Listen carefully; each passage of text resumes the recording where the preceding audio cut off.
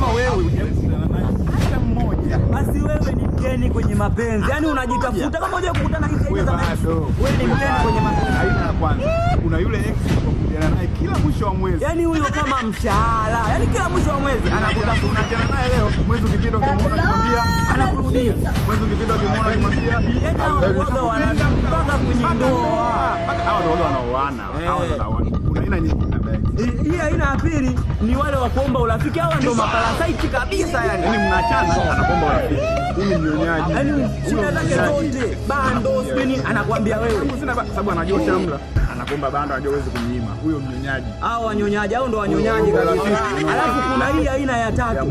Hii aina ya tatu ni wale ambao wanakufuatilia kimya mtandaoni. Anakupenda bado, anashindwa kukuambia. Anakufuatilia kimya. Akitaka kuview profile yako, anazima simu rafiki yake, anakuangalia. Ukiposti unyama, anaangalia ila aoneshe kama mimi. Yaani akitaka tu kuview profile, anazima simu ya shoga yake ili wewe usijue. Anataka wewe usijue. Yaani ndio aina za maex hizo. Hata mmoja haja kukutana naye katika maex yao. Yaani kama hujui kukutana nao, wewe ni mgeni kwenye mapenzi. Wewe ni mgeni kwenye mapenzi.